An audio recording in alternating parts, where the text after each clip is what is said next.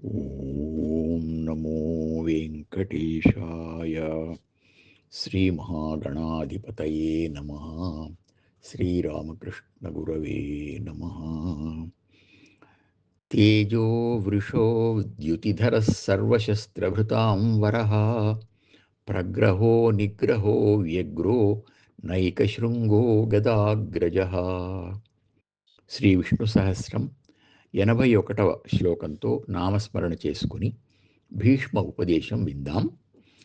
సర్వోత్తమ ధర్మం శ్రీ మహావిష్ణువును ఆశ్రయించడమే అని విన్న తరువాత ధర్మరాజు, పితామహ, గరుత్మంతుడు మహానుభావుడని విన్నాను, ఆయన వృత్తాంతం పూర్తిగా తెలుసుకోవాలని ఉంది, వివరిస్తారా అని ఆసక్తితో అడిగాడు. అప్పుడు భీష్ముడు కృష్ణుని వైపు చూస్తూ, ఆ సుపర్ణుడవు నీవే అని విని ఉన్నాను, చెబుతాను అని ఆయన అనుమతి కోరుతున్నట్లుగా ఆగాడు.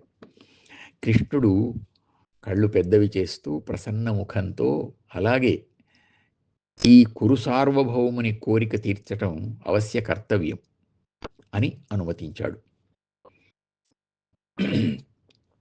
ఇక్కడ ఒక క్షణం ఆగి మనం కూడా ఈ కథను సాధారణ మానవ చరిత్రలాగా కాకుండా తాత్వికాంశాలతో ఒక దివ్య సన్నివేశంగా అవగాహన చేసుకోవలసి ఉంది.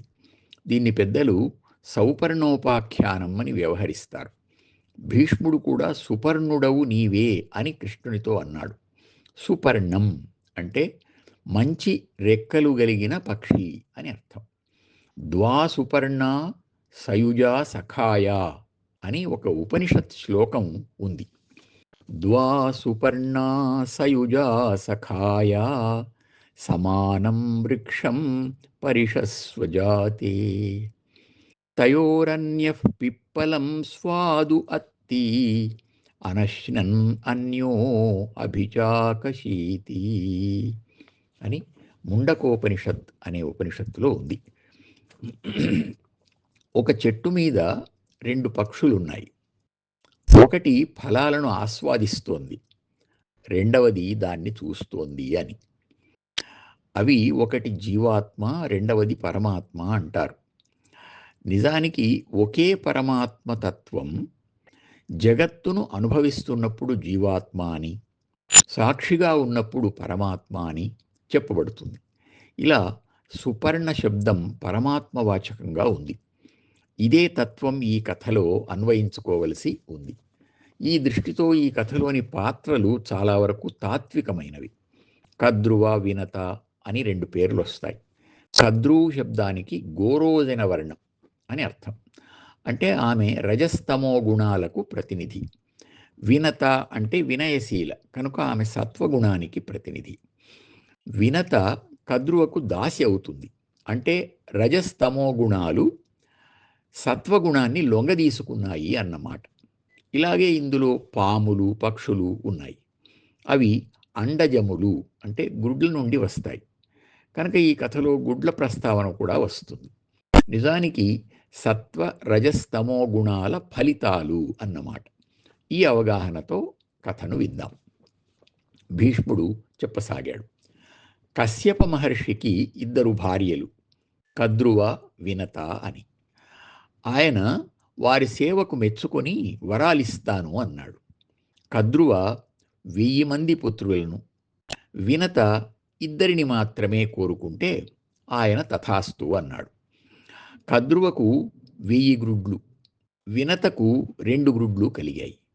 వారు వాటిని కుండలలో పెట్టి రక్షించుకుంటూ ఉండగా 500 ఏండ్లకు కద్రువ 1000 గుడ్లు విచ్చుకొని బలిష్ఠములైన పాములు పుట్టుకొచ్చాయి.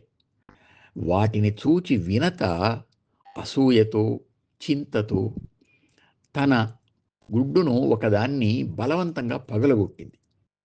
అందులో నుండి ఊర్ధ్వ శరీరం మాత్రమే, మొండెం మాత్రమే పుట్టింది. నడుము క్రింది భాగం ఇంకా పెరగలేదు. అందువల్ల అనూరుడు, ఊరువులు అంటే తొడలు, అవి లేనివాడు అని అతనికి పేరు ఏర్పడింది.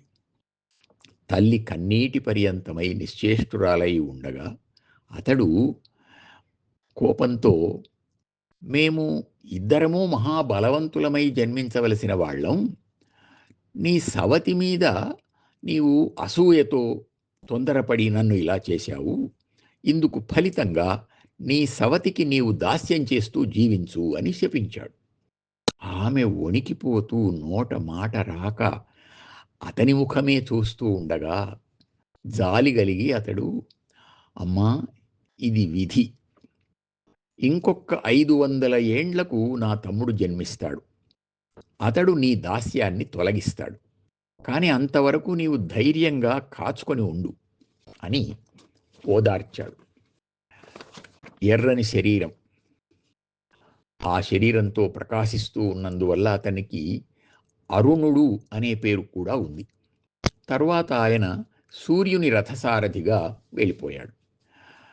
ఆ తరువాతి రోజుల్లో ఒకనాడు కద్రు వినతలు సముద్ర తీరంలో విహరిస్తూ దూరంగా ఉచ్చైశ్రవం అనే దేవతల గుర్రాన్ని చూచారు. ఆహా, ఆ గుర్రం ఎంత స్వచ్ఛంగా తెల్లగా ప్రకాశిస్తూ ఉందో అని వినత చెప్పగా, కద్రువ ఈర్ష్యతో ఆమె చెప్పిన దాన్ని కాదనాలి అని, అయ్యో, తోక నల్లగా ఉందే అన్నది. మాటా పెరిగి కద్రువ పందెం వేసుకుందాం అన్నది. ఓడిన వారు గెలిచిన వారికి దాస్యం చెయ్యాలి అనేది ఆ పందెం. వినత విధివశాత్తు సరే అన్నది. కానీ కద్రువ ఉపాయంగా, ఇప్పుడు భర్త సేవకు సమయమైంది, తర్వాత వచ్చి చూద్దాం అని తప్పించుకున్నది. ఇంటికి వెళ్ళి తన కుమారులకు విషయం చెప్పి సాయం చెయ్యమని అడిగింది. ఇది అధర్మమని వాళ్ళు ఒప్పుకోకపోయేసరికి, మీరు జనమేజయుని సర్పయాగంలో మరణింతురుగాక అని శపించింది.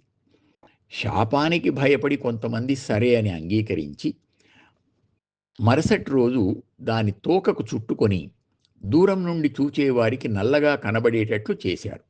అలా దూరం నుంచి చూపించి వంచనతో కద్రువ గెలిచింది.